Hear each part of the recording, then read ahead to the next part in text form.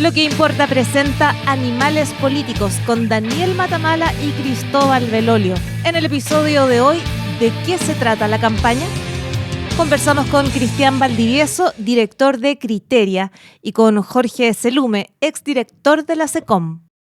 ¿Qué tal? ¿Cómo están? Nueva semana de Animales Políticos. Volvemos a los lunes, nuestro día de siempre, después de que la semana pasada tuvimos un especial de jueves post-debate. En el programa de hoy, Cristóbal Belolio está en 18º, ya a estas alturas hay que decirlo. Se tomó algunos muy merecidos días libres para celebrar las fiestas patrias, así que vamos a tener un combo doble de invitados para la edición de hoy de Animales Políticos, que viene muy sabrosa todavía con los comentarios del debate, con las encuestas del fin de semana y lo que se viene para lo que viene la campaña, pero también para una semana muy especial, porque es semana de fiestas patrias, de 18, de fondas, de cuecas y todo eso también, por supuesto, tiene que ver con la campaña presidencial. Vamos a partir saludando de inmediato a nuestro primer invitado de esta jornada. Cristian Valdivieso es director de Criteria, una de las encuestadoras más prestigiosas, más importantes del país, así que nos va a ayudar no solo a hacer el análisis de lo que está pasando en la campaña, sino también a ver qué es lo que nos están diciendo los números. Cristian, muchas gracias por acompañarnos hoy en Animales Políticos. Muchas gracias por la invitación. Gracias por venir más esta semana de 18, que siempre es más. Hay algunos invitados por ahí que no necesariamente andan por acá, pero tú estás ahí al pie del cañón. O están en 18 y prefieren no aparecer, ¿eh? También pasa. También pasa. Cristian, tenemos todavía esta colita, este rezago del debate, que fue la noticia de la semana pasada, y este fin de semana hubo una profusión de encuestas que más o menos mostraban qué ocurre, en qué está la carrera después del debate. En algunas cosas las encuestas coinciden, en otras cosas hay hartas diferencias sobre los resultados. ¿Qué es lo que pudiste ver tú? ¿Cómo estás viendo la carrera de acuerdo a lo que pudiste medir en estos días? A ver, yo creo que miremos un poquitito más desde arriba la carrera un minuto. Yo tengo la impresión, tengo la certeza de que esta es una elección presidencial muy distinta a la del 2021. Yo creo que eso es importante y también tiene que ver con lo que se escuchó en el debate. Esta es una elección presidencial absolutamente marcada por lo que podríamos definir los temas terrenales, los temas más básicos en una lógica de la pirámide de Maslow. Tiene que ver más con comer, con dormir, con vivir seguro, más que con el cambio climático, que con la diversidad, con la inclusión. Con las necesidades básicas, urgentes, cotidianas de las personas. Claro, pero también, exacto, con una vida mucho más material que posmaterial, por decirlo de alguna manera. El 2021, y de hecho creo que el presidente Boric ganó en gran medida por eso, la campaña todavía venía con algo de los influjos del estallido social de octubre, pero también con un mundo que salía de la pandemia y donde lo que se buscaba era un escenario más esperanzador, de que había mundo, que había futuro, que había espacio. Entonces esa mezcla entre los influjos de octubre y el mundo más esperanzador hizo que temas que hoy día, no sé si tú lo preguntaste en el debate de Daniel, pero como el cambio climático, como la importancia de la diversidad, de la paridad, de la inclusión, etcétera, estuvieron en la palestra del 2021 y hoy día brillan, pero por su ausencia. Claro. Y eso cambia de manera muy significativa y acota el territorio de la conversación electoral. Y lo acota a temas que tradicionalmente han sido más bien de derecha, que tienen que ver con la seguridad, con el crecimiento económico, hoy día con la migración, y deja que el territorio de esta elección esté muy corrido hacia la derecha. La derecha está jugando de local en la elección, por decirlo de esa manera. Está jugando en su terreno, en el que más le acomoda. Está jugando en su terreno, en el que más le acomoda, y parte de la derecha intenta diferenciarse dentro de este terreno que más le acomoda. Alguna ha buscado, creo que es el caso de José Antonio Kast, quedarse en el terreno más tradicional de la derecha. Es decir, si en algún minuto él pensó ir en una deriva trampiana, por decirlo de alguna manera, o mileísta, o incluso bolsonarista o buquelista, la abandonó y se quedó con el territorio tradicional. Parecía una candidatura de derecha de esas que hablaban solo de economía y de seguridad, ¿ya? Por lo tanto, no se fue en la deriva antiglobalista, contra la diversidad, contra la inclusión, contra la agenda woke, que es la típica agenda más de derecha, de nueva derecha. Que le dejó ese terreno a Kaiser. Y le dejó ese terreno a Kaiser, que lo tomó en algún minuto al punto que lo extremó. Te acordarás que en algún momento incluso fue contra las vacunas. Se declaró antivacuna, dijo que las vacunas tenían no sé qué tipo de metales. Claro, que las vacunas tenían metales pesados que se fijaban en el cuerpo. Claro. O sea que acá en el programa lo que importa fue desmentido de manera muy tajante por los científicos que saben de la materia. Claro. Entonces, de alguna manera extremó tanto y no tuvo la capacidad de defender sus puntos, que terminó en ese minuto Kaiser convirtiéndose en una especie de caricatura de un personaje y empezó a decaer. Y después tiene a un mundo de Matei que quedó de alguna manera como entre desacoplado, desposicionado y desvinculado de esta agenda más tradicional de derecha de seguridad, de inmigración, que la tomó muy bien José Antonio Kassa en su minuto cuando decide, mira, aquí el problema no está en la discusión sobre valores y sobre la agenda de libertad versus seguridad o igualdad. No, la agenda está acá centrada en temas de seguridad, temas de migración y temas económicos, por lo tanto, en la cancha más terrenal, ¿ya? Y entonces eso dejó media desacoplada y desamparada de relato a la campaña de Matei, y que ha buscado ahora, dentro de esta misma derecha, un escenario distinto, un relato distinto, que emergió con mucha fuerza durante el debate en el que tú fuiste protagonista en Chilevisión, que tiene que ver con la idea de la esperanza, que tiene que ver con la posibilidad de salir del estado de empantanamiento en el que estamos. Pero todas estas discusiones se dan en una lógica donde nadie se puede mover de la tierra. El que quiere ir al cielo, como en su minuto fue el presidente Boric, ¿te acuerdas? Arriba de un árbol, pierde absolutamente toda posibilidad en esta elección, que está muy articulada sobre, como te digo, las patitas en el suelo. Que es muy buena metáfora, ¿no? Esta elección no sirve subirse al árbol, digamos, hay que estar con los pies bien en el suelo en las cosas muy, muy urgentes y cotidianas. Tú decías algo bien interesante recién, Cristian, que de alguna manera Kast entonces cambia de rumbo, ¿no? Se desacopla un poco de la que es su identidad internacional, porque él internacionalmente va a las reuniones con Orbán, antes con Bolsonaro cuando no estaba preso, con Trump, se mueve en ese ámbito, ¿no? De una derecha que se ve más bien como una especie de cruzada contra los valores a los que cataloga como woke o progresistas. Pero en el ámbito local entonces él lee la realidad y dice, esto no está sirviendo, no está rindiendo, y tengo que volver a ser una derecha más tradicional, centrado de nuevo, como tú dices, en estos temas súper terrenales, mano dura frente a la delincuencia, crecimiento económico, empleo. Absolutamente, absolutamente. De hecho, cuando más intentó explotar esta agenda más identitaria, que fue el epítome fue en el plebiscito segundo, ¿te acuerdas? En el proceso constitucional 2 del 2023, donde terminó perdiendo, donde intenta explotar esta agenda más identitaria es cuando más mal le va. Y creo que José Antonio Kast se da cuenta en ese momento, primero, que ha perdido 2 elecciones por la agenda identitaria, 1, y 2, que él no encaja bien en el personaje tradicional de la ultraderecha, si se quiere, más disruptivo, más llamativo, más performático. Más performático, exactamente. Eso es esencialmente más performático y además más histriónico. Y él no calza mucho. Parece que como que queda medio desacoplado. No conversa la persona con la identidad que intenta proyectar. Y creo que decide, esto no. Vamos a dejarla por un lado, por un tiempo. Algunos dirán por un tiempo, otros dirán no, esta no es mi agenda. Y vamos a centrarnos en aquellos aspectos donde tengo un mayor posicionamiento hoy día, porque fui quien más puso el tema en el 2021, fue quien más enfrentó al presidente Boric en 2021 y por lo tanto me voy a transformar en el rey Midas de la seguridad, el rey Midas del control migratorio y en el gran opositor al gobierno. Y eso empieza a rendirle a él en un contexto además, y con esto cierro esta idea, Daniel, donde además pasa que el país tampoco está buscando todavía el histrionismo, ni la performance, ni la pelea identitaria como ha pasado en otros países como Argentina. Es decir, la gente está enojada con la política, está enojada con la casta, por decirlo de alguna manera, pero no piensa que sea el principal o el mayor de nuestros problemas. Lo que quiere es una suerte de gobierno que efectivamente parezca que sensatamente puede recuperar el país de una posición compleja en la que estamos. ¿Por qué pasa esto? Bueno, porque vivimos 2 procesos constituyentes muy extremos de alguna manera en términos identitarios, en términos de performance, y eso llevó a que la gente esté buscando un cierto grado de mayor centramiento. No por nada, José Antonio Kast se intentó centrar, acuérdate cuando habló incluso del presidente Frey, con palabras muy halagüeñas, no por nada Janet Jara busca ir al centro y no por nada Matei hoy día está intentando hacer desde el centro la diferencia. Sí, que es un centro político, pero que es esencialmente un centro simbólico. Claro, sobre eso que dices, me acordé que en el debate una de las preguntas es esto de con qué líder internacional actual se identifican, ¿no? Y porque Kast es el primero en responder la pregunta, tiene que responderla un poco a quemarropa sin mucho tiempo para pensarla, ¿no? Que los otros tuvieron más tiempo para pensarla entre medio. Y él básicamente como que la trata de eludir un poco, ¿no? Como que dice un par de generalidades, Y después cuando ya Janet Jara tiene la palabra, se le ocurre y dice Meloni, que es la primera ministra de Italia. Y es bien interesante porque a mí me da la impresión de que Kast hizo un esfuerzo por no nombrar los nombres que uno esperaría como más naturalmente que hubiera dicho.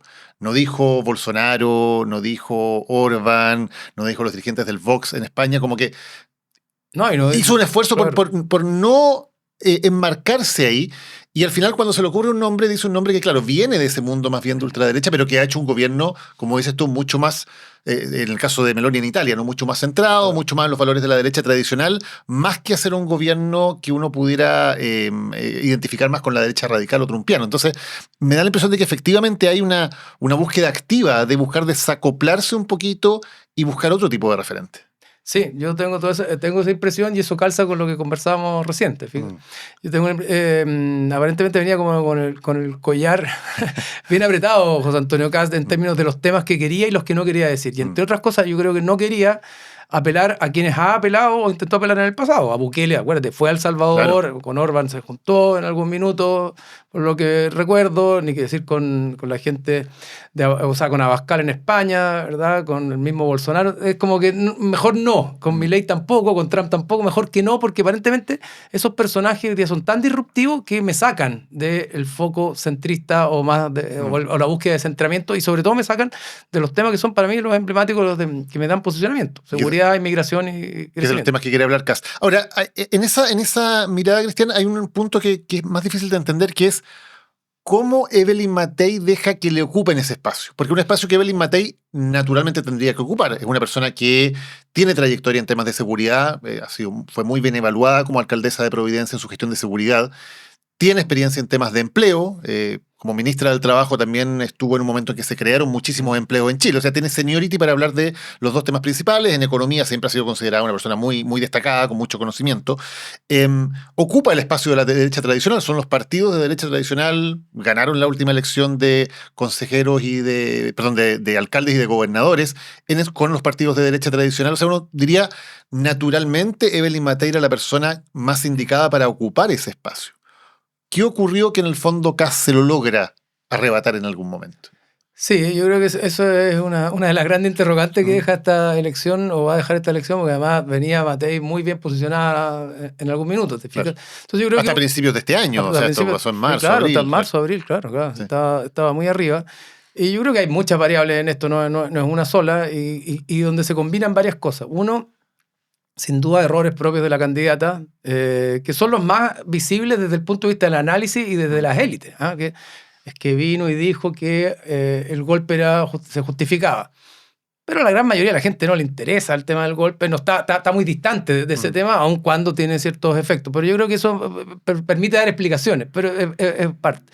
Segundo, creo que también la candidata Evelyn Matei estuvo media perdida durante un buen rato en una lógica de llamar a la primaria hacia su derecha, después llamar una primaria más hacia el centro, después llamar una primaria a cualquier cosa que finalmente no era una not primaria. Y eso la desacopló de las preocupaciones centrales que tenía la gente. Se puso en un código muy político, mientras José Antonio Kast estaba dándole a su propia campaña y recuperando el posicionamiento que de alguna manera había perdido, que tenía que ver con esta lógica de la seguridad. Creo que además a Evelyn Matei le costó mucho entrar en un terreno de transformarse en candidata presidencial versus ser una celebrity muy querida y muy respetada por mucha gente de la ciudadanía. Me refiero con esto a que una cosa es que yo pueda tener una muy buena imagen de Daniel Matamala y otra cosa es que quiera votarlo a presidente de la República. Entonces, cuando la elección entra en tierra derecha, la gente ya empieza a mirar otras cosas. ¿Quién es el que va a solucionar los 3-4 problemas centrales que aquejan al país? Y en ese escenario ella estaba más bien arriba, media en una lógica más abstracta y más elítica. Y también creo, y esto creo que es más importante de lo que se ve, que la estrategia, haya sido orgánica o no orgánica, de redes sociales que terminó desacreditando a la candidata, la afectó muchísimo, porque la afectó en la línea de flotación donde más podía afectarla, que eran las generaciones más jóvenes que no la conocían. Generaciones más jóvenes que antes no votaban, que ahora son muy relevantes en términos políticos, y cuyo referente central o principal de oposición al presidente Boric fue José Antonio Kast, que fue el que estuvo en la última elección. Y los otros referentes son los más novedosos. Kaiser, ¿te fijas? Que son nuevos. Y esa generación sub 40, que podía haber escuchado el nombre de Evelyn Matei, no sabía quién era Evelyn Matei necesariamente. Yo puedo saber qué es La Cáscara, pero La Cáscara se empezó a llenar de contenido que terminaron afectándole. Y hoy día, si tú miras todas las encuestas en general, el talón de Aquiles de Evelyn Matei tiene que ver con los jóvenes. ¿Y cuáles son esos contenidos que a través de las redes sociales llenaron esa cáscara en el caso de la percepción de los jóvenes? Bueno, tengo la impresión de que parte de esta idea de que tenía Alzheimer, que tenía alguna enfermedad que afectaba su salud mental o que no estaba en condiciones de gobernar, sin duda empezaron a mellar la credibilidad y la mirada de Evelyn Matei. Una cosa es que tú puedes mirar a un candidato como alguien que puede ser querible, respetable, pero no necesariamente competente. Yo creo que afectó sus atributos de ser competente y la puso en la lógica de alguien que ya había sido. O sea, esa campaña sucia, ¿tú crees que funcionó? Sin duda esa campaña funcionó. Y funcionó particularmente en los targets donde tenía que funcionar. Si yo quiero desacreditar a alguien que es muy conocida en la gente mayor, va a ser más difícil, porque si a mí me hablan mal de Daniel Matamala, yo estoy con Daniel Matamala, lo estoy viendo y por lo tanto el juicio lo hago propio. Pero si alguien me habla mal de alguien que yo he escuchado, pero al que no conozco ni accedo directamente, ¿verdad? Es probable que eso tenga mayor incidencia. No digo que sea la causa, pero digo que fue más relevante de lo que se ha visto, e incluso, es más, yo tengo la impresión de que esta elección va a ser la primera elección donde vamos a decir que los trolls, los bots, o como queramos llamarlo, tuvieron una incidencia, pudieron tener una afectación respecto a la campaña mayor a lo que hubo en el pasado. Ahora y eso no tendría nada de novedoso, Daniel. O sea, Trump lo manejó en 2017 y lo que ha pasado en todo el mundo. La pregunta es si esto es orgánico o es inorgánico, es estimulado por alguien o no es estimulado por alguien, y eso creo que es la gran dificultad. Ahora, dicho eso... Pero sí está claro que favoreció a alguien y perjudicó a alguien. Sin duda. Dicho eso, la candidata también cometió errores y creo que lo ha subsanado al último tiempo. Ahora, es una bien mala noticia lo que tú nos cuentas, Cristian, porque en el fondo, evidentemente, el incentivo para utilizar este tipo de campañas, sea difundiendo mentiras, sea a través de ejércitos de bots, sea a través de la producción de fake news, si la conclusión un poco es que funciona, evidentemente el incentivo para utilizarlo va a ser cada vez mayor en el futuro. Sin duda, es una mala noticia.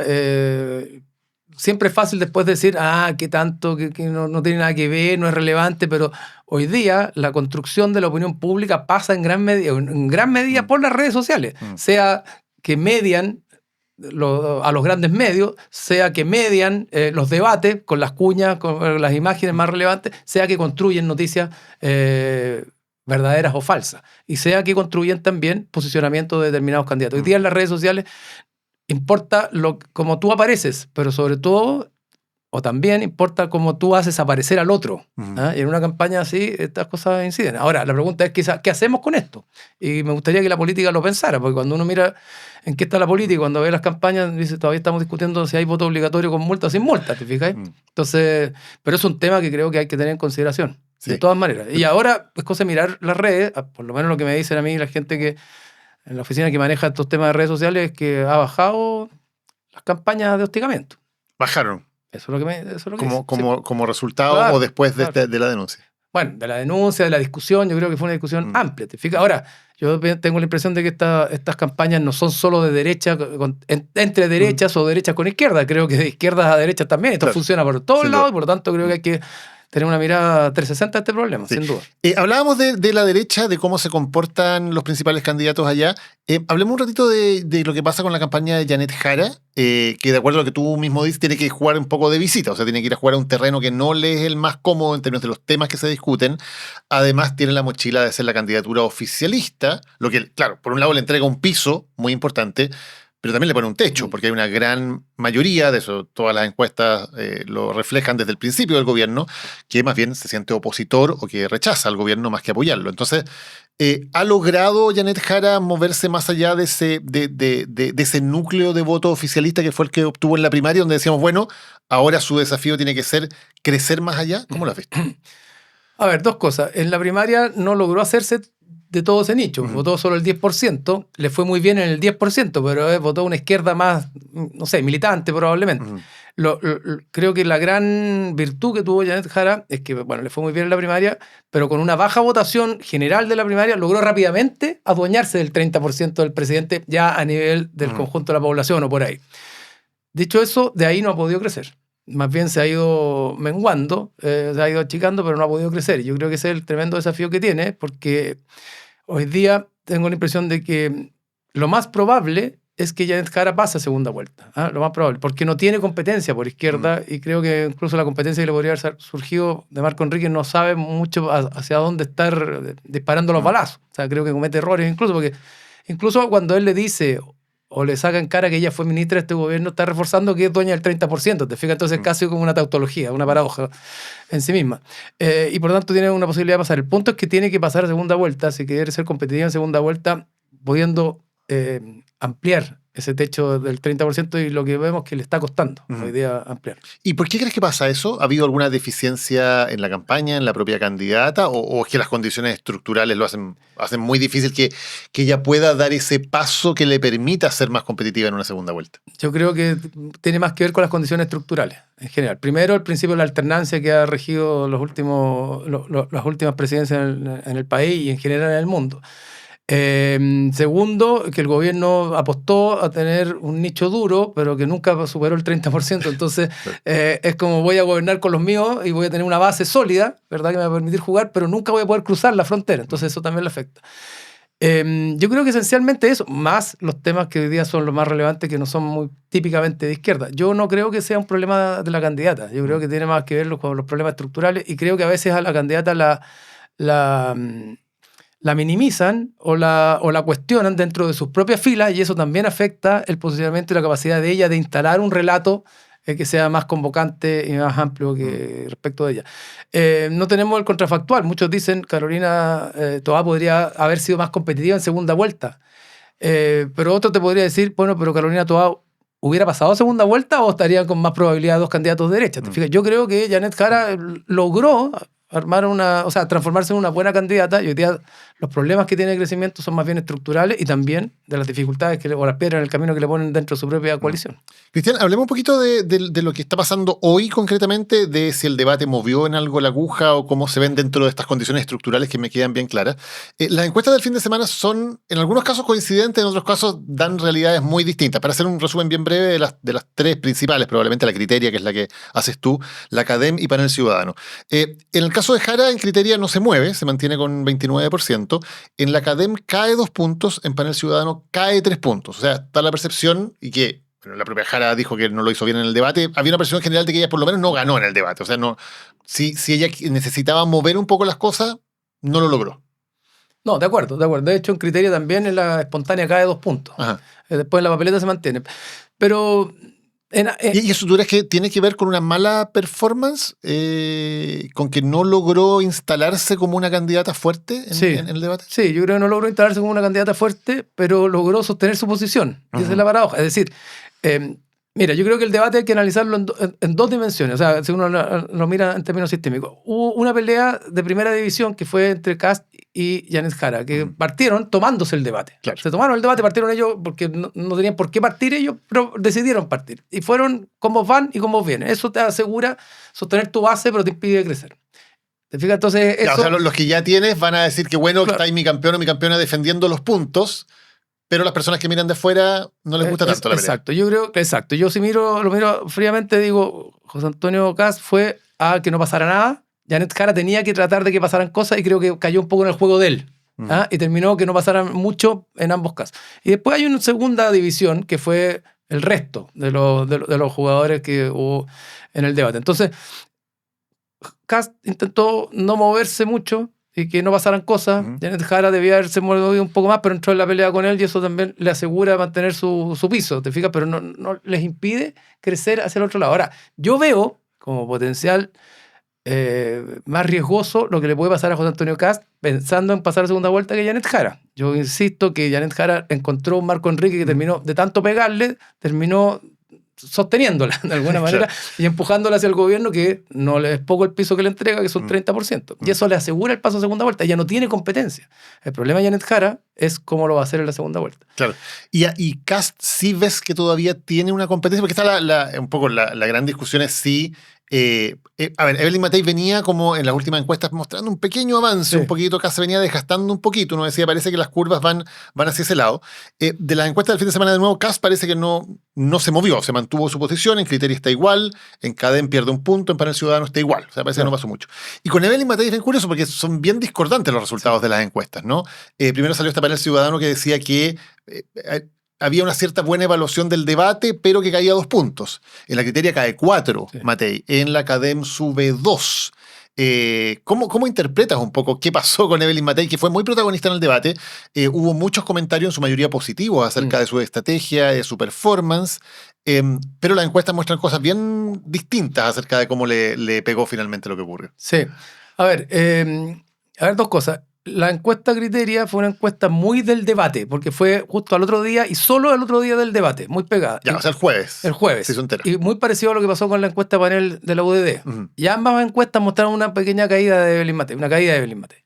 ¿Ya? La encuesta Cadem fue hecha habitualmente, pues si uno mira las fichas de campo, es muy importante eso.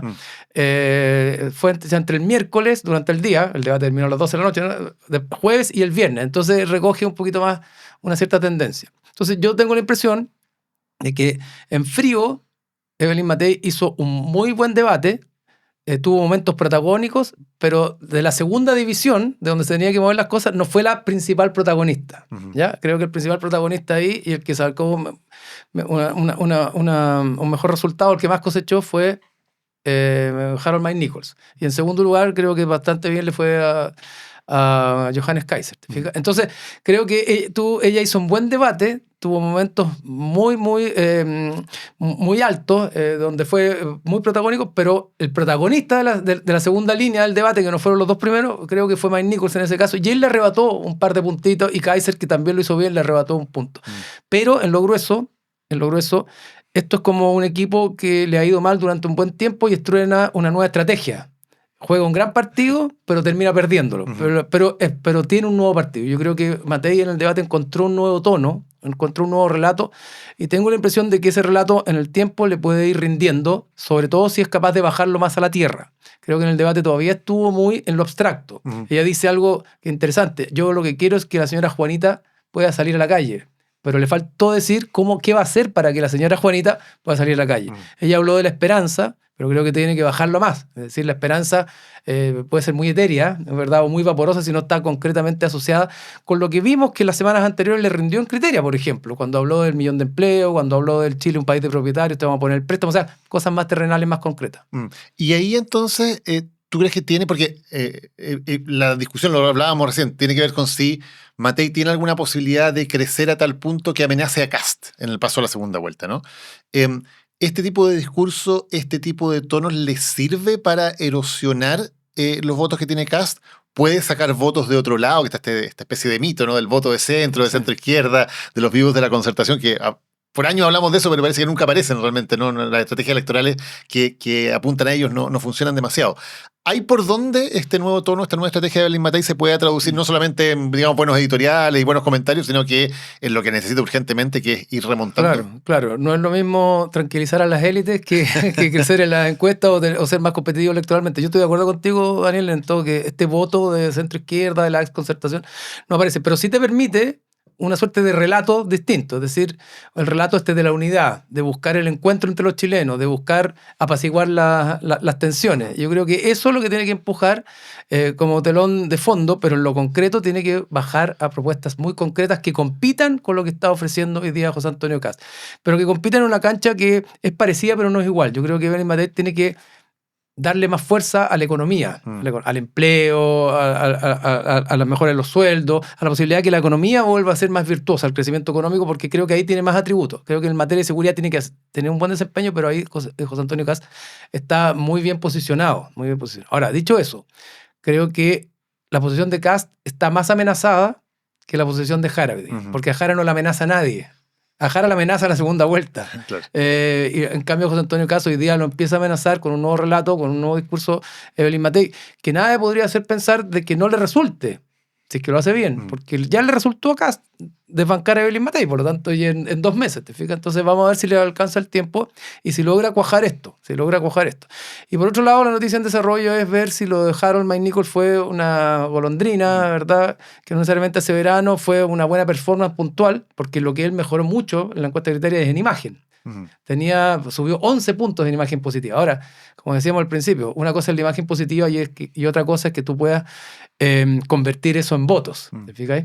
¿Y qué tanto importa? Porque, claro, la duda principal que uno tiene sobre Harold McNichols es que se presenta frente a un público que no lo conocía, al menos en esta faceta política, lo conocían como el dirigente deportivo, de los Panamericanos, de Bielsa, etc. Tiene una muy buena performance, en eso hay bastante coincidencia, pero él no tiene una campaña que realmente uno diga, bueno, hay detrás de él un esfuerzo en términos de estrategias comunicacionales, estrategias de redes, voceros, gente en terreno que pueda de alguna manera sostener ese esfuerzo. De hecho, se va ahora de gira internacional, Harold McNichols se va a Estados Unidos. Entonces uno se pregunta, bueno, más allá de puntualmente hacerlo bien en un debate, por ahora no hay más debates hasta ahora agendados hasta la semana de las elecciones. ¿Qué más?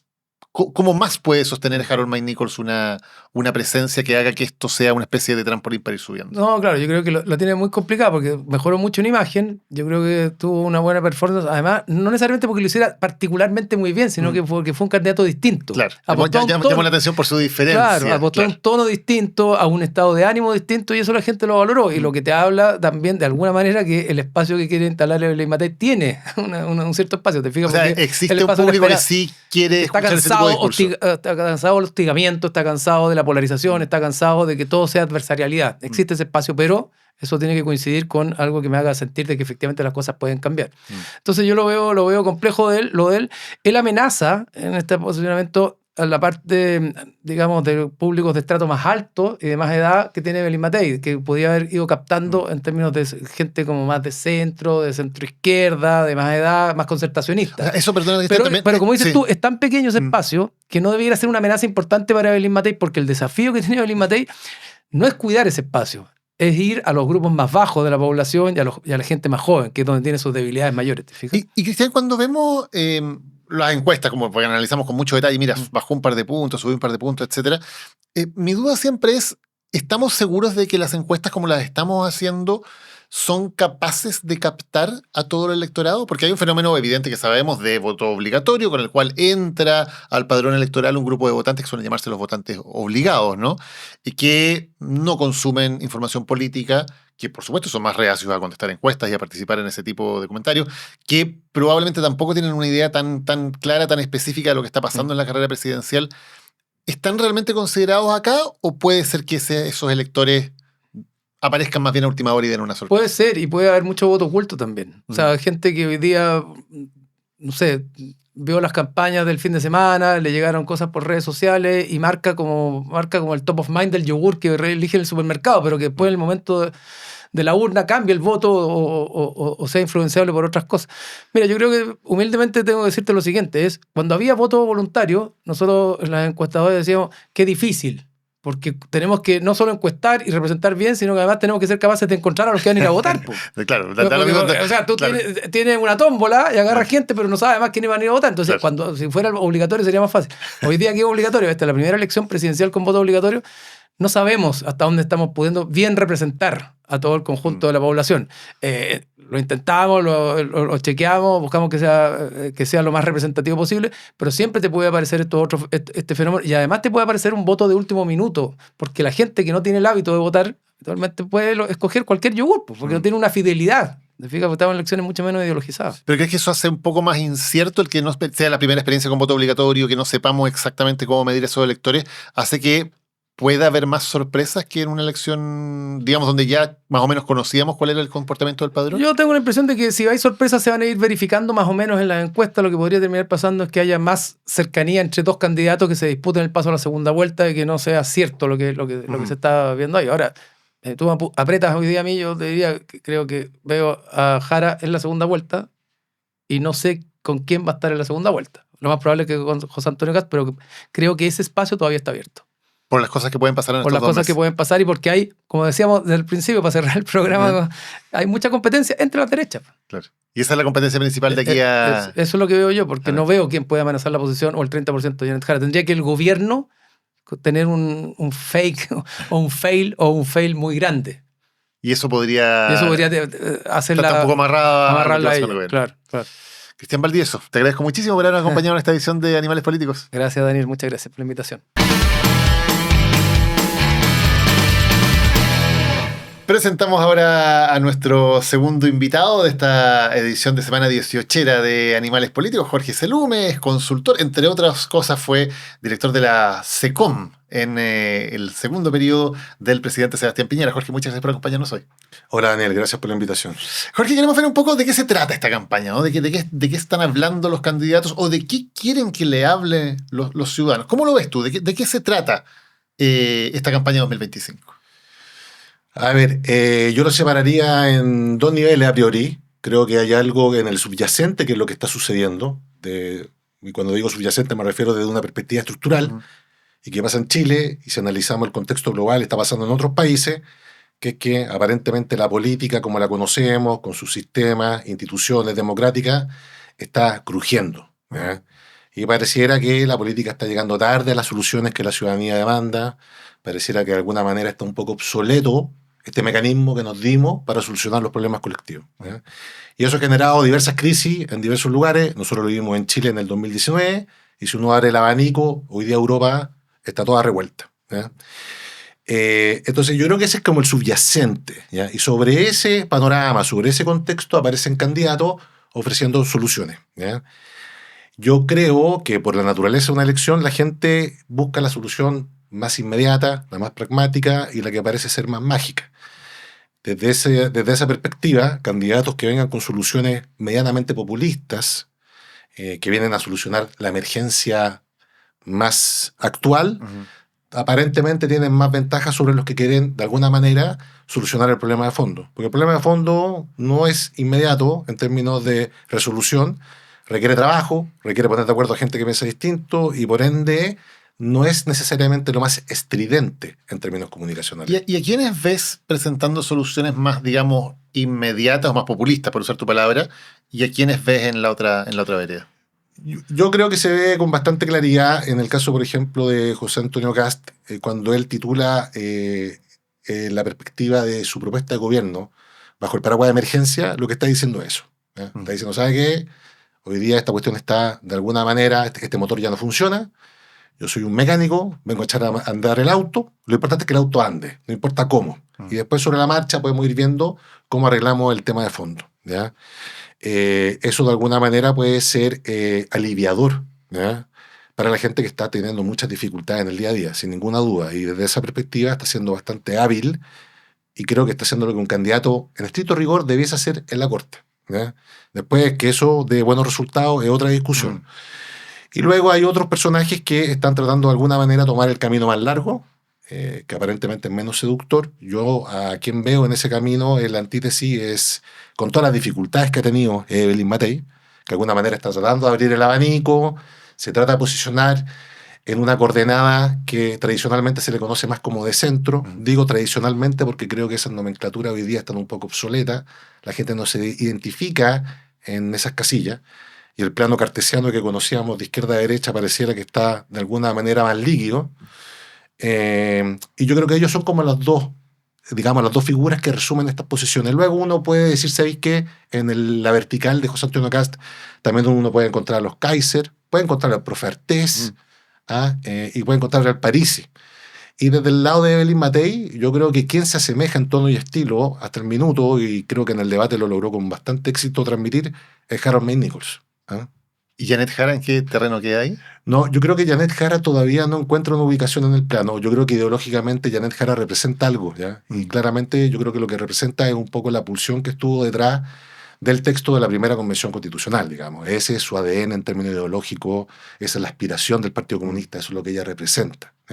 Ahora, en términos de lenguaje, no ha sido del todo clara en cuanto a lo que ella quiere lograr y cómo lo quiere lograr. Pareciera de alguna manera que trata de atenuarlo, de alguna manera trata de amenizarlo por la amenaza que representa en términos del imaginario colectivo la chapa del Partido Comunista, que pareciera ser que para ella digamos, es un pasivo en términos electorales. ¿Crees que parte del problema de Jara tiene que ver con eso, con una cierta incomodidad en términos de lo que ella naturalmente quisiera plantear, de la campaña que quisiera hacer, y darse cuenta de que hoy, en el Chile del 2025, esa campaña no funcionaría? Sin duda, yo creo que no se le ve cómoda. Pareciera ser que es un candidato que está, o una candidata en este caso, que está tratando de cuadrar el círculo. Es decir, forzar un poco la realidad.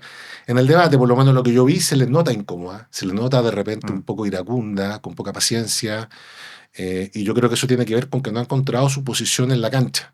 La posición en la primaria era bastante clara, era nítida, era una candidata transparente a ojos del electorado, respecto a quién era y lo que venía a transmitir. Obviamente la cancha cambia en primera vuelta, los candidatos se resetean, buscan nuevas posiciones, ganancias marginales, y en esa ecuación yo creo que ella todavía no tiene un sistema de juego bien definido. Sí, y además porque una de las grandes fortalezas de las que siempre se habló de Janet Jara tenía que ver con su cercanía, su historia humana, su empatía, lo simpática, lo espontánea que es, ¿no? Y en el debate eso no se vio. ¿Crees que tiene que ver con una estrategia de decir tiene que mostrarse más seria, tiene que mostrarse más adusta, tiene que mostrarse más presidencial? ¿O sencillamente no fue una buena noche nomás? No, yo creo que más allá de una buena o mala noche, yo creo que ya ha tenido en sus últimas intervenciones, en los debates en los que ha participado, una performance regular o mala de frente. Entonces yo no le atribuiría una mala noche, yo creo que hay un patrón detrás de esto. Y yo creo que tiene que ver también con lo que es la demanda de autoridad. O sea, acá lo que hoy día se demanda es liderazgo. Para ponerlo en contexto, Chile viene atravesando una crisis, la crisis del estallido 2019. Yo creo que el chileno, razonablemente, con algo de sentido común, sabe que las soluciones no son inmediatas y lo que buscan es un líder que conduzca al país a una solución después de este barajuste que ha vivido. Y muchas veces en Chile el liderazgo está muy vinculado a una autoridad, a un carácter, a un temple, que yo creo que hoy día en el abanico está representado, por ejemplo, por José Antonio Kast. Pero el liderazgo también es confianza, también es cercanía, también es acompañar. Yo creo que ella tiene ventajas competitivas en este segundo tipo de liderazgo, pero al parecer ha tratado también de vestirse con estas otras ropas. Y yo creo que ahí es donde se produce algo que a ojos del electorado está un poco disociado, no es tan claro, no es tan nítido. Y cuando las cosas no son nítidas y no son claras, generan algo de desconfianza. ¿Qué dirías tú si tuvieras que aconsejar, digamos, en cuanto a cómo salir un poco de este entrampamiento en que daría la impresión de que está Janet Jara con este discurso que no termina de cuajar, con esta identidad pública que no parece estar claramente definida de cómo funciona la campaña? Bueno, partamos por lo básico, y lo básico es que ella, en términos competitivos, tiene una base sólida. O sea, eso es una buena noticia.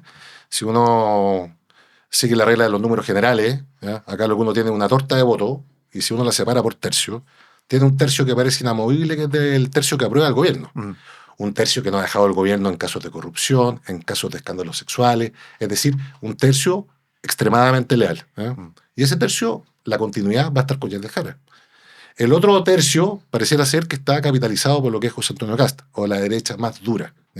E incluso ese tercio puede ser un poco más grande si es que en las últimas semanas antes de la elección el votante de Kaiser toma una decisión pragmática y utilitarista y desvía algo de votos hacia allá. Y luego queda un tercio disponible. Y ese tercio disponible es muy complejo porque es donde está Evelyn Matei compitiendo con París y con Harold y con compañía. Eso ya es una dificultad de Evelyn Matei tremenda. Partamos por eso.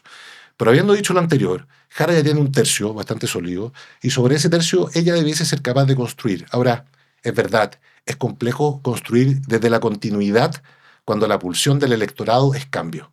Y ella, lamentablemente, pero es un hecho de la causa, representa la continuidad del gobierno, hasta el minuto al menos. Entonces ella debiese tomar una postura, como dicen los gringos, un poco más underdog. O sea, ella debiese subir un poco la apuesta.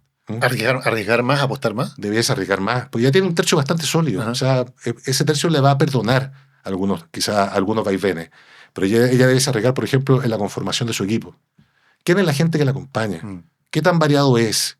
¿Cuáles son sus ideas respecto al empleo? ¿Cuáles son sus ideas respecto a temas de salud? Yo creo que son ideas que la ciudadanía hasta el minuto no conoce. Hasta el momento daría la impresión de que ella más bien se ha enfocado en mantener relativamente estable y el apoyo de la coalición, que tiene que ser una coalición súper amplia, con distintos partidos, distintas ideologías, distintos intereses, y que ha apostado más bien por no revolver mucho la agua en esa arquitectura interna de la campaña. Claro, pero lo que yo quiero transmitirte es que yo creo que esa coalición difícil de administrar es una coalición que al final del día no la va a dejar sola, que es lo que se ve en la aprobación del gobierno. Entonces, el downside que ella tiene ahí es bastante más bajo respecto al upside de correr algún riesgo. ¿Ah? ¿Y qué pasa con Evelyn Matei, Jorge? Porque dio la impresión de que en el debate planteó una nueva estrategia, ¿no? Dio a conocer como una estrategia de mostrarse desde el look, desde la actitud, desde los tipos de temas que trató, de mostrarse como una candidata más optimista, más amigable, más de consenso, de no meterse en las peleas. De hecho, cuando se da esta discusión al principio entre Jara y Kast, Matei más bien toma palco. ¿Funciona? ¿Es una estrategia que para la gente es comprensible y para la gente es creíble, sobre todo, ver a Evelyn Matei en ese registro? Yo creo que la estrategia es la correcta. Creo que lamentablemente se demoró bastante el equipo en general en llegar a un diagnóstico y a la estrategia que hoy día están adoptando, pero la buena noticia es que queda tiempo por delante. Buena noticia para ellos, me refiero. Yo creo que es creíble ese tono. Yo creo, asimismo, de que ese tono, que tiene que ver con un tono un poco más constructivo, un poco más dialogante, debiese venir acompañado de un extra, de un aderezo, de una pimienta adicional, que tiene que ver con su espontaneidad, ¿ya? Que creo que es un atributo competitivo bastante nítido respecto a lo que es José Antonio Kast, por ejemplo. José Antonio Kast es mucho más rígido, mucho más esquematizado. Ella tiene cierto grado de naturalidad que cuando emerge creo que es muy atractivo para el electorado chileno. Es más, yo te diría que en el debate ella fue de menos a más. Te diría que ella es como un petrolero, o sea, va de a poco tomando velocidad. Y creo que en el momento en el cual ella le contesta a Parisi este teórico conflicto, o histórico más que teórico conflicto con el expresidente Sebastián Piñera, de ahí en más ella mostró su mejor cara. Fue al final del debate, pero se vio más suelta. Eso, bueno, también suele pasar en los debates, esto es algo bien humano, ¿no? Es como los partidos de fútbol, que al principio todos están con la táctica bien armadita, muy ordenadito, y con las cosas que empiezan a pasar se empieza a desordenar, y al final terminan siendo en general más relajados o más espontáneos, ¿no? Porque ya no puedes mantener 2 o 3 horas la estrategia tan rígida a lo mejor del comienzo. Es verdad. Dicho eso, yo creo que esa es su mejor faceta, ¿ya? Combinada con efectivamente este diálogo, este tono más convocante. Y de no entrar en la pelea chica, yo creo que ella perdió bastante tiempo en pelea chica. Esa es mi impresión. Su pelea, por ejemplo, por el tema de los bots contra Kast, ¿tú crees que la perjudicó?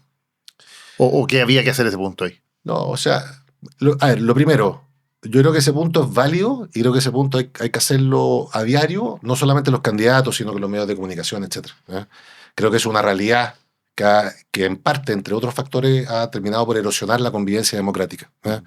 Entonces, ¿de que eso tiene que ser condenado? Sí, de todas maneras. Si eso la benefició o la perjudicó, yo creo que ni una de las dos. Yo creo que sí le quitó foco. Yo creo que era un tema para haber subrayado, pero no para haber persistido durante tanto tiempo en la temática. Esa es mi impresión. ¿Cómo ves lo que viene, Jorge? Porque, bueno, tenemos una semana ahora de fiestas patrias en que, bueno, tal vez efectivamente los temas tal vez más de espontaneidad pueden surgir acá, porque es una instancia más bien en que la gente está en un ánimo de festejo, de celebración, y hay que ver cómo los candidatos se suman a eso.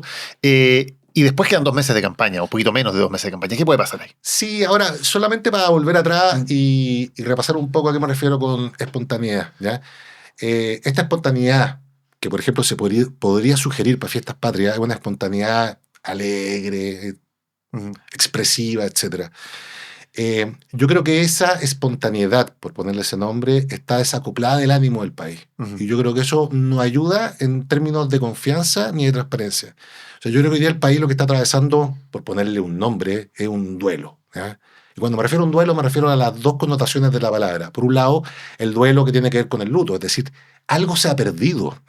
Se ha perdido calidad de vida, el país ha retrocedido, y a pesar de que yo hago muchos esfuerzos para salir adelante y que mi hijo esté mejor, pareciera ser que no avanzo. Al mismo tiempo, ese duelo que tiene una connotación de pérdida también tiene una connotación de combate. Hay un duelo de guante blanco en el cual pareciera ser que la política está todo el día impugnándose a sí misma y no atendiendo a los problemas de la gente.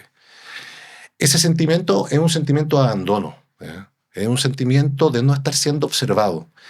Entonces, cuando los candidatos se muestran así como bailando y felices por la vida, yo creo que honestamente se ven totalmente desconectados y eso más que espontaneidad o quizás habilidades blandas, parece ser una desconexión e incluso indiferencia o apatía con la gente. Yo cuando hablo de espontaneidad me refiero a alguien que realmente tenga un diagnóstico del país, mira a la gente a los ojos y tenga algún tipo de conexión emocional con el sufrimiento que están atravesando y decir, yo entiendo lo que pasa, voy a hacer lo mejor posible y voy a encauzar este problema. Porque lo que se necesita hoy día es alguien que encauce esta energía. La energía pareciera ser que está como fragmentada, que no hay vasijas que sean capaces de alguna manera, contener esta desilusión. Yo creo que esa es la mayor responsabilidad que hoy día tiene cualquier candidato en términos emocionales de cara al electorado. ¿Tú crees que Gabriel Boric, por ejemplo, representado tenía ese, o tiene como presidente, digamos, pero me refiero en campaña, ese talento de conectar un poquito más emocionalmente? Yo creo que efectivamente el presidente Boric tiene ese talento y es el principal atributo que lo ha sostenido a través de todo tipo de tormentas. Es un activo bastante, entre comillas, escaso. Y yo creo que eso lo hace bastante distintivo y por lo mismo no es descabellado pensar que la próxima vez, si él quiere presentarse presidente, vuelva a ser electo, porque de alguna manera hay un vínculo con la ciudadanía que le reconoce esa empatía de cara al dolor. Podemos discutir que sus soluciones no han dado el ancho, podemos discutir su capacidad de gobernar, su capacidad ejecutiva, todo eso es discutible y podríamos estar una semana discutiendo al respecto. Pero lo anterior, su capacidad de vincularse con el dolor del otro, yo creo que algo innegable. ¿Cómo ves a los otros? Porque hemos hablado de los tres candidatos principales, los que representan, digamos, a las coaliciones o a los partidos políticos hoy día más fuertes, que son José Antonio Kast de Republicanos, Evelyn Matei por Chile Vamos y en el oficialismo Janet Jara.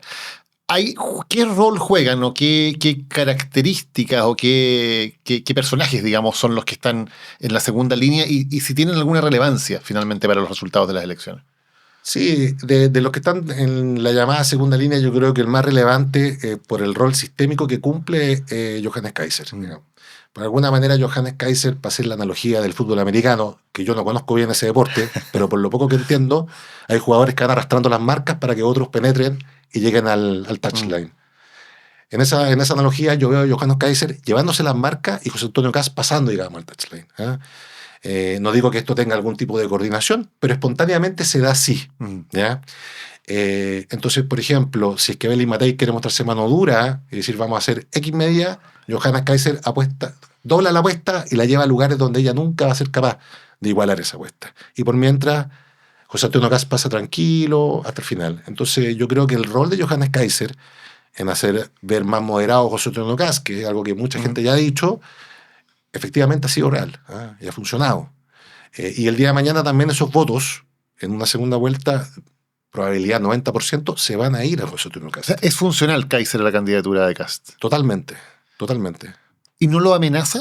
Que un elector más ideológico, más purista, digamos, diga acá se está amarillando demasiado y por lo tanto hay un bolsón importante de votos que de alguna manera le reste movilidad a Kast, porque Kaiser le puede comer una proporción importante del electorado. Al contrario, yo creo que le da más movilidad, le permite jugar hacia sectores a los cuales está llegando José Antonio Kast en términos perceptuales y que al momento de los que hubo, como se dice, esa gente igual entre votar Evelyn o votar Janet, van a votar José Antonio Kast. Porque no hay que olvidar que el movimiento de Johannes Kaiser es un apéndice que surgió en algún minuto, una especie de purga del Partido Republicano. Claro. Precisamente por esta idea de que estaban moderándose, digamos, no tenían las banderas con la suficiente fuerza todavía arriba. Yo lo entiendo, pero al minuto de la votación hay una pulsión utilitarista. Y esa pulsión utilitarista va a hacer que al final esos votos se vayan a José Antonio Kast. ¿Cuándo dices al final, en segunda vuelta o en primera puede que también pase eso, que al final se termine erosionando Kaiser? No creo que se erosione, pero sí una fracción, para hacer la regla fácil del 80-20, puede ser que un 20 se descuelgue y sea más utilitarista en la primera vuelta. Luego en la segunda, esos votos van a estar con Hack, en caso de que Hack pase a segunda. ¿Qué representan los otros? Parisi, por ejemplo. No, lo de Parisi me parece un personaje... no sé, impostado creo que es la palabra. O sea, yo lo veo en el debate y me parece un personaje que está leyendo un teleprompter, aparentemente por algunos minutos. Es verdad que él ha logrado construir algo que es difícil de descifrar y de conocer. Si me dicen que es el PDG, no sabría decirte que es el PDG. Parece que son la alternativa a todos los anteriores en la prueba, digamos. Entonces hay un remanente ahí de malestar que él de alguna manera ha logrado administrar desde una perspectiva súper transaccional. Pareciera que todo esto es como medio retailer en el PDG. Entonces, pues esos votos pueden salir para cualquier lado. Desconozco quiénes son los candidatos que capitalizan los votos de Franco Parisi en la segunda vuelta, pero en el debate al menos, a mí me pareció por lejos el candidato más populista de todos los que estaban ahí. Claro, él de alguna manera uno podría pensar que está buscando representar a quien está viendo esto y dice, estos son todos iguales, es toda la élite, son todos corruptos. En algún momento dice, estoy debatiendo con puros millonarios. Capitalizar un poco esa rabia o esa frustración que uno entiende que es bastante generalizada en Chile. Sí, y yo creo que también intenta al menos representar algo que él titula como la meritocracia, como la persona que efectivamente surgió por sus propios esfuerzos, a diferencia de lo que habría sido la historia de los otros candidatos. Pero yo creo que ese discurso, respecto a que él no es parte del establishment o que no es político, que él viene de afuera y viene a cambiar estas cosas que por muchos años se han hecho mal, no creo que tenga tanta credibilidad, honestamente. No lo veo. Yo creo que él tiene dañada su credibilidad en la base a partir de la campaña anterior. Entonces, de que va a conseguir votos, los va a conseguir. Pero después que esos votos tengan algún componente ideológico y que por ende sean después derivados a algún candidato puntual, no lo veo con claridad. Bueno, es interesante eso porque en la elección pasada, cuando Franco Parisi hizo campaña desde Estados Unidos sin pisar territorio chileno, le fue muy bien, salió tercero, sacó un 11%. Y luego él intenta traspasar sus votos a José Antonio Kast. Apoya a Kast explícitamente. Y con eso no pasa mucho, digamos. Kast pierde de una manera bien, bien clara la segunda vuelta. No, esos votos se evaporaron. Ahora, hay algo llamativo ahí que yo desconozco en la arquitectura del PDG, pero son votos que también están concentrados en la zona del norte. Sí. Entonces ahí quizás hay un trabajo más profundo que uno desconoce por ignorancia y que hay que reconocérselo a él, digamos. Que lo ha logrado. Marco Enríquez Ominami. Yo creo que el más simpático de todos los candidatos, creo que él cumple un rol, por lo menos lo que me tocó ver en el debate, cumple un rol que, ojo, esto no es despectivo lo que voy a decir. Cuando digo el rol, el del bufón, porque el bufón de alguna manera viene a desafiar al rey, digamos, en la corte, y viene a desenmascarar un poco a toda la realeza. Entonces, él de alguna manera, lo que hace en el debate voy a seguir esta expresión, que es a río revuelto, ganancia pescador. Entonces, él va de alguna manera desenmascarando, jugando con ironía, y trata de mordisquear pedazos de cada candidato. Y sin duda lo disfruta. Yo creo que hay algo ahí performático en él que me parece súper llamativo y digno de ser analizado. O sea, harto de psicoanálisis profesionalmente. Claro. Creo que hay una pulsión narcisista y no lo digo como algo negativo porque nada es malo per se en la vida. Pero sí hay una pulsión narcisista en él que se ve altamente colmada en estas instancias. ¿Pero eso le permite generar algún espacio político para él, algún espacio electoral? No lo creo, va a sacar algunos votos, por supuesto, pero no como un espacio electoral en términos ideológicos o de bloque, no lo veo. ¿Y es algo que él podría hacer? Porque uno piensa teóricamente, a ver, en teoría hay un espacio importante en la centroizquierda un poquito huérfano, o si la campaña de Jara se ve como una campaña que ha tenido problemas, uno esperaría que puede haber un espacio para un contendor de ese espacio político. ¿No hay por dónde? Podría haberlo, pero ya acabamos de tomar una atribución porque no lo conozco en términos personales, pero mi impresión es que, aunque lo hubiera, yo creo que él no lo desea. Yo creo que su modelo de negocio es otro. No creo que genuinamente él desee liderar algo en la centroizquierda para recuperar el gobierno. Yo creo que él está en otro juego, en un juego del provocador, en un juego del speaker internacional, de estar siempre ahí, digamos, en primera línea, como alguien relevante en términos de opinión pública, de increpar a la gente que está en el poder, de desafiar, de incomodar, asumiendo que en esa incomodidad, en esa fricción, surgen algunas verdades, a su juicio, válidas e importantes de ser analizadas, pero si me decía a mí, más que líder político, yo lo veo y digo, acá pareciera ser que el personaje se comió a la persona, digamos. Entonces es otro juego aparentemente en el que él está. Porque es un personaje que cuando irrumpe es muy atractivo. O sea, cuando Enríquez Ominami irrumpe como el díscolo, recordemos, dentro del oficialismo, en la época en que la Concertación ya venía perdiendo tracción, él irrumpe de pronto en una campaña presidencial muy sorprendente. De hecho, está cerca de pasar a segunda vuelta en vez de Eduardo Frei, que era el candidato oficial de la Concertación. Pero parece que se quedó pegado en ese personaje. O sea, nunca logró construir a partir de sacó un 20% en primera vuelta, que era una cuestión bien impresionante en ese momento. Nunca logró construir como un proyecto político alrededor de eso. No, no lo logró, pero fíjate que lo que tú dices es verdad, pero desde el origen, digamos, desde la beta electoral, él siempre hay un patrón hasta el día de hoy, que es el patrón de ser el provocador. Yo me acuerdo que en esa campaña, dentro de las medidas que él proponía, había una que para su etos, digamos, para su tribu de origen, fue altamente provocadora, que era privatizar un porcentaje relevante de Codelco. Sí, ¿Ah? sí. Entonces, desde el origen hay algo ahí, como una fórmula de juego, donde él existe en relación a una provocación al otro. Y muchas veces ese otro mira al espejo de su, entre comillas, familia, es decir, de su lugar de origen. Él desafía al sistema que lo rodea constantemente. Y esto se ha ido exacerbando con el tiempo.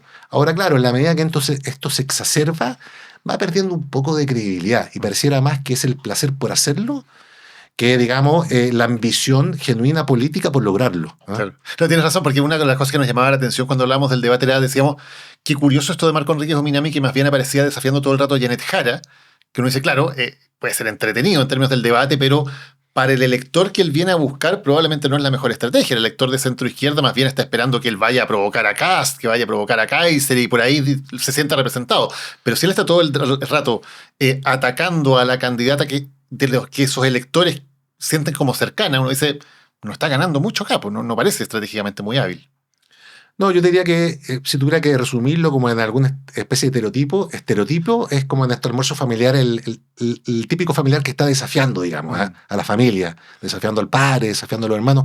Hay algo ahí donde él se encuentra consigo mismo, donde satisface un aspecto de su personalidad y que es bastante atractivo en términos mediáticos.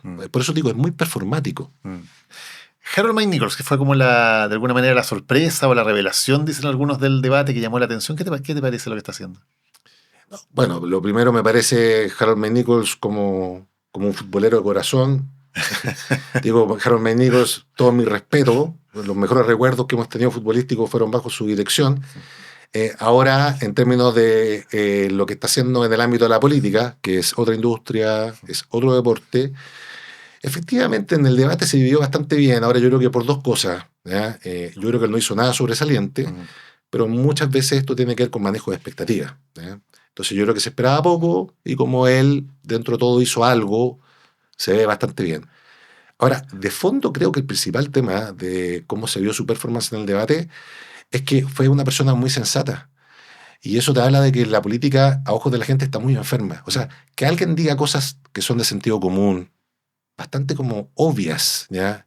Humanas, que buscan de alguna manera construir a través del diálogo, que sea tan llamativo, te habla muy mal, digamos, del contexto político en general. Entonces, ese contraste lo hace parecer como una bocanada de aire, como quien oxigena una habitación cuando abre una ventana, y la pregunta que hay que hacerse más que es qué es lo que él trajo a la mesa, qué es lo que está pasando en el entorno, para que algo así sea tan valorado y llamativo. Claro, ese contraste es llamativo. Ahora, da la impresión de que él, si bien logró como implantar ese tono, no dio el siguiente paso a decir cómo ese tono lo convierte en alguien que, por ejemplo, sería un buen presidente, o en alguien que tiene las medidas necesarias desde ese tono para convertir esto más bien en un programa de gobierno y no solamente en una cosa que uno diga, mira, qué tipo más razonable, qué tipo más mesurado. No, efectivamente. Hasta el minuto es como una figura media etérea. O sea, no tiene bordes esta figura. Lo único que sabemos es que es amigable a la vista, digamos, y que es agradable de escuchar, que tiene un tempo distinto, digamos. Pero cuál es la bajada, cuáles son las palancas que él tiene, yo no sé, y creo que el electorado no tiene muy claro cuáles son sus medidas en términos de empleo, en términos de salud, de vivienda, de los principales dolores de la gente. Tampoco creo que exista mucha claridad de cuál es el equipo con el cual él piensa de alguna manera gobernar en caso de existir ese equipo. Y tampoco me queda muy claro hacia dónde quiere llevar el país. Yo creo que él sí, eso sí, tiene un atributo que va más allá de estas formas, ¿ya? Que creo que él tiene un diagnóstico correcto. O sea, creo que el diagnóstico de él es un diagnóstico que hace mucho sentido respecto a dónde está Chile hoy día. Y eso no es poco decir, porque si es que yo veo el debate y veo el menú de candidatos, no veo a alguien que haya hecho hincapié en el diagnóstico profundo, no el diagnóstico de cuánta gente muere por día en homicidio, ni cuál es la tasa de desempleo, que son temas relevantes, pero son indicadores de realidad. El diagnóstico subyace a los indicadores. Es cuál es el contexto que está propiciando que todas estas cosas sucedan. Y creo que él al menos hace un esfuerzo en tratar de tener un diagnóstico común. El profe Artés, tal vez de todos estos caracteres, el más extremo, podría decir uno, o el más, en términos de la realidad política que representa, el más minoritario. Sí, yo no lo titularía como extremo porque no es una amenaza real, digamos, para la gente. Entonces, cuando uno dice alguien es extremo es cuando yo realmente vislumbro que esta persona podría, en caso de ejercer el poder, cambiar mi realidad de forma negativa.